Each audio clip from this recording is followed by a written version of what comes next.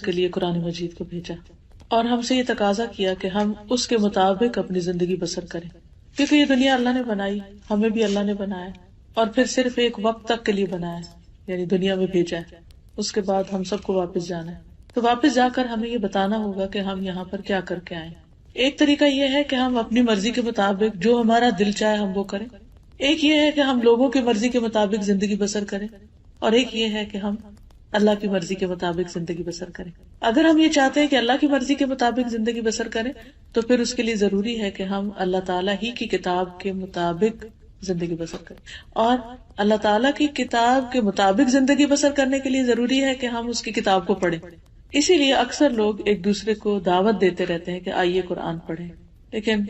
عموماً لوگ یہ سمجھتے ہیں کہ شاید یہ کوئی ایکسٹرا کام ہے، وقت ملے گا تو کر لیں گے، یا ابھی تو اور بہت سی مصروفیات ہیں، جب بوڑھے ہوں گے تو پھر اس کام کو ریٹائر ہو کے شروع کریں گے۔ لیکن ہمیں نہیں پتا کہ ہم ریٹائرمنٹ کی ایج کو پہنچتے بھی ہیں یا نہیں، تو اس لیے ہمیں اللہ کی کتاب کے ساتھ ایک مضبوط تعلق قائم کرنے کی ضرورت ہے، اور اس کے ساتھ جو کمٹمنٹ ہم کریں اس میں کسی قیمت پر کوئی کمی نہ آئے۔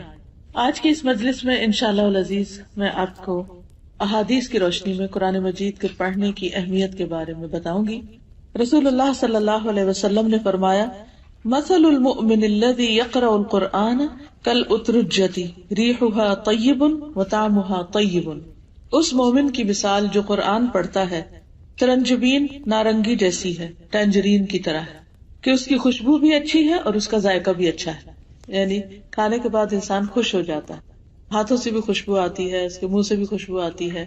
اور کھانے کے بعد انسان کے اندر ایک اچھی فریش فیلنگ آتی۔ آپ کتنے بھی ٹائرڈ ہوں، اگر 2-3 ٹینجرین کھا لیں تو اس کے بعد آپ کی ٹائرڈنس ختم ہو جاتی ہے۔ والذی لا یقرأ القرآن کالتمرۃ لا ریح لها وطعمها حلو۔ اس مومن کی مثال جو قرآن نہیں پڑھتا کھجور جیسی، اس کی خوشبو نہیں لیکن اس کا ذائقہ میٹھا ہے، یعنی کھجور بھی انرجی دیتی ہے، اگر ہم اس کو کھا لیں تو ہمارے اندر ایک یعنی قوت پیدا ہو جاتی ہے، ایک انرجی پیدا ہو جاتی ہے، جس کی وجہ سے ہمارے لیے کام کرنا آسان ہو جاتا ہے۔ اس کے بھی کئی ایک فائدے ہیں۔ پھر فرمایا وَمَثَلُ الْمُنَافِقِ الَّذِي يَقْرَأُ الْقُرْآنَ كَمَثَلِ الرَّيْحَانَةِ رِيحُهَا طَيِّبٌ وَطَعْمُهَا مُرٌّ۔ اس منافق کی مثال جو قرآن پڑھتا ہے خوشبودار پودے جیسے گلاب وغیرہ کی طرح، جس کی خوشبو اچھی اور ذائقہ تلخ ہے، یعنی وہ دوسروں کو تو خوشبو دے رہا ہے لیکن اپنے اندر اس کے کڑواہٹ سی ہے۔ اگر آپ اس پھول کو کھانا شروع کر دیں یا اس کے پودے کو کھائیں تو اس کا کوئی ذائقہ نہیں، اس میں کوئی لطف نہیں۔ اور پھر فرمایا وَمَثَلُ الْمُنَافِقِ الَّذِي لَا يَقْرَأُ الْقُرْآنَ كَمَثَلِ الْحَنْظَلَةِ لَيْسَ لَهَا رِيحٌ وَطَعْمُهَا مُرٌّ۔ اس منافق کی مثال جو قرآن نہیں پڑھتا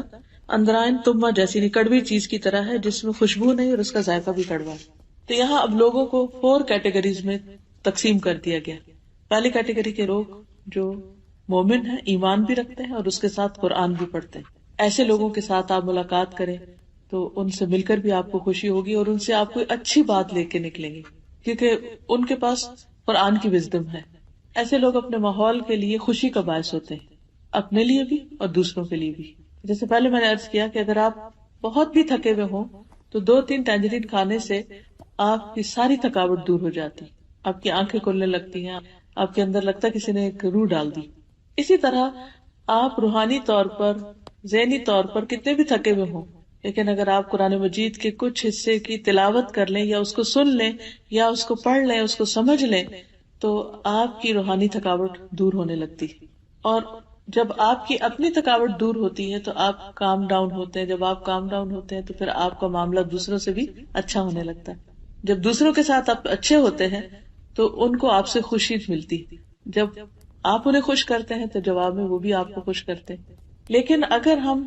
قرآن مجید سے تعلق نہیں رکھتے تو اس کی بھی آگے مثال بتائی گئی کہ جس دل میں قرآن نہیں وہ ویران گھر کی طرح ہے جو بے آباد ہو۔ دوسری بات یہاں یہ بتائی گئی کہ جو قرآن نہیں پڑھتا لیکن ہے ایمان والا